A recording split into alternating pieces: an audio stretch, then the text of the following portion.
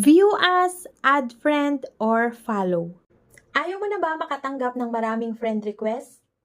For today's video, i-share ko sa inyo kung paano ang gagawin para hindi ka na masendan ng mga friend request at instead na add friend ang makikita ng mga followers mo, follow button na lang ang lalabas.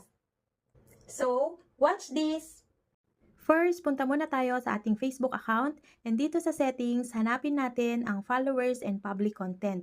Dapat nakaset siya sa public and then save. And then after, hanapin natin ang how people find and contact you. Who can send you friend request? Dapat naka no one siya or friends of friends. Alin dyan sa dalawa okay lang. Para, instead na add friend ang ikiklik nila, follow button ang lalabas. Yun lang. Look, madali lang, di ba? Sana nakatulong!